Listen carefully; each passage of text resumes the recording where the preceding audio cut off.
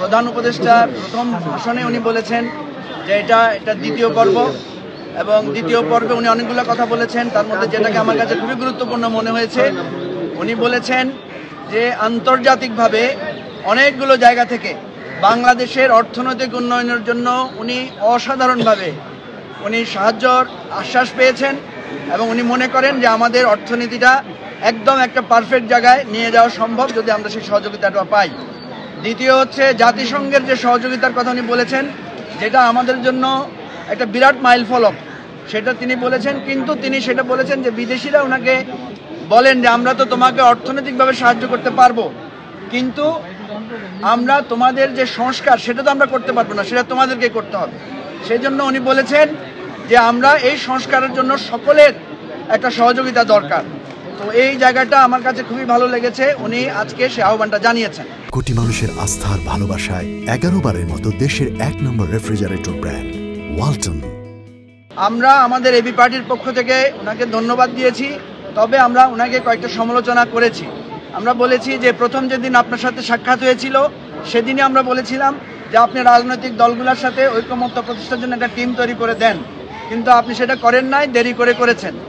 আরেকটা বিষয় আমরা সবসময় বলেছি যে এই সরকারের সঠিক কর্তৃত্ব এখনো প্রতিষ্ঠিত হয় নাই, ফলে আপনি এরকম একটা ভঙ্গুর অবস্থা নিয়ে কিভাবে নির্বাচন করবেন। আমরা স্পষ্টভাবে বলেছি স্থানীয় নির্বাচন আগে করেন বা জাতীয় নির্বাচন আগে করেন, কিন্তু আপনার প্রশাসনিক কর্তৃত্বটা লাগবে। আমি ওনাদেরকে একটা পরামর্শ দিয়েছি যে একজন উপদেষ্টা আপনারা ছদ্মবেশে বের হন, ছিনতাইকারীর কবলে পড়লে থানা থেকে আহ্বান করলে পুলিশের কি সাহায্য পাওয়া যায় এটা আপনারা সরেজমিনে দেখেন, এবং আমার এই বক্তব্যের পরে সবাই সেখানে করতালি দিয়ে সমর্থন দিয়েছে। আমরা মনে করি এই সরকার ক্ষমতায় আছে ঠিকই, কিন্তু তাদের কর্তৃত্বটা এখনো সুস্পষ্টভাবে হয় নাই, ফলে এরকম কর্তৃত্বহীন অবস্থায় যে কোনো নির্বাচন হবে আমাদের জন্য বিপজ্জনক। আমরা বলেছি যদি এরকম পর্যায়ে আপনারা নির্বাচনের দিকে আগেই চলে যান কর্তৃত্ব এবং সংস্কার পরিপূর্ণ না করে, তাহলে এই নির্বাচনটা হতে পারে অত্যন্ত খারাপ একটা নির্বাচন। তো এই বিষয়টা আমরা ওনাদেরকে অনুরোধ করেছি। আরেকটা সর্বশেষ যেটা বলেছি যে আমরা কিন্তু আগেই সংস্কার কমিশনগুলোকে আমরা লিখিত আমাদের 5টা কমিশনকে আমরা প্রস্তাব দিয়েছি, সেই প্রস্তাবের আলোকে ওনারা কিন্তু অনেকগুলো সুপারিশ এখানে অন্তর্ভুক্ত করেছেন।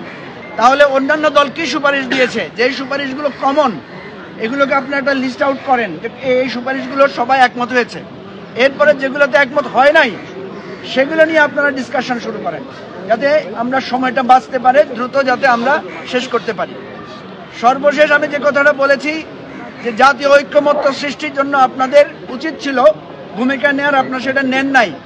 বাদ দেন 15-16 বছরে আমরা কি আন্দোলন করেছি, সংগ্রাম করেছি, সেটা যদি আপনারা নাও মানেন, জুলাই আগস্টে রাজনৈতিক দলগুলো, সেখানে বিএনপির নজরুল ইসলাম খান উপস্থিত ছিলেন, আমি বলেছি নজরুল ইসলাম খান অ্যারেস্ট হয়েছিলেন, জামাতের আব্দুল্লাহ তাহের অ্যারেস্ট হয়েছিলেন, জোনায়েদ সাকি আহত হয়েছিলেন, আমরা গুলি খেয়েছি, জেলে গিয়েছি। কই কোনো একটা আলোচনায়, কোনো একটা ছবিতে এই রাজনৈতিক নেতারা যারা জেলে গিয়েছিলেন এই জুলাই আগস্টে, যারা গুলি খেয়েছিলেন, যারা নির্যাতনের শিকার হয়েছিলেন, হসপিটালে ভর্তি ছিলেন, তাদের কোনো একটা আলোচনা, কোনো একটা ছবি আপনাদের কোনো কার্যক্রমে একটা ঠাঁই পায় না। তাহলে আপনারা কিভাবে জাতীয় ঐক্যমত, সকল রাজনৈতিক দলের সহযোগিতা আপনারা কিভাবে চান? এই কথা বলার পরও সকল রাজনৈতিক দলেরা এটাকে করতালি দিয়েছেন, সমর্থন দিয়েছেন।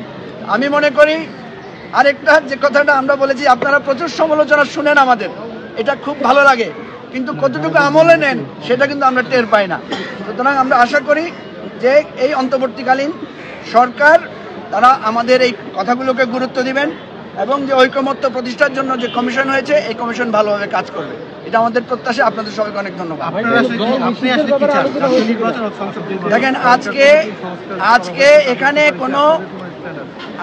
এখানে কোনো এজেন্ডা ভিত্তিক আলোচনা করেন না, ওনারা বলেছেন আজকে শুধু মানে শুভেচ্ছা বিনিময়ের অনুষ্ঠান, অর্থাৎ যে কমিটিটা হয়েছে জাতীয় ঐক্যমত্য কমিটির সাথে পরিচিত হওয়া এবং পরবর্তী কার্যক্রম সম্পর্কে পরামর্শ দেওয়া। সুতরাং এখানে কোনো নীতিগত আলোচনা আমরা করি নাই, আমরা বরং বলেছি যে আমাদের সাথে যখন আবার বসবেন ওনারা, তখন আমরা স্পেসিফিক নির্বাচন কোনটা আগে চাই, কোনটা পরে চাই, বা নির্বাচন কি কি পদ্ধতিতে হতে পারে, সংস্কার কোনটা কোনটা গুরুত্ব পাবে, এই ধরনের বিস্তারিত আলোচনাটা আজকে করা যায় না, যেহেতু খুবই সংক্ষিপ্ত সময় ছিল। এটা আমরা পরবর্তী ধাপে আলোচনা করব। আজকে দ্বিতীয় পর্বের এটা ধরতে পারেন যেটা একটা ইন্ট্রোডিউসিং প্রোগ্রাম।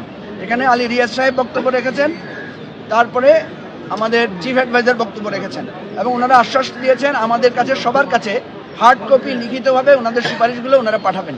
পাঠানোর পরে আমরা একটা ফিডব্যাক দিব এবং দেন ওনারা একটা সুন্দরভাবে গুছিয়ে এই আলোচনাগুলো করবেন এবং আশা করা যাচ্ছে 2 মাসের মধ্যে আমাদের মৌলিক সংস্কার কোনটাতে আমরা একমত হয়েছি এটা নির্ধারিত হবে এবং এরপরে যেগুলোর ব্যাপারে আমাদের দ্বিমত আছে সেগুলোকে কিভাবে ঐকমত্য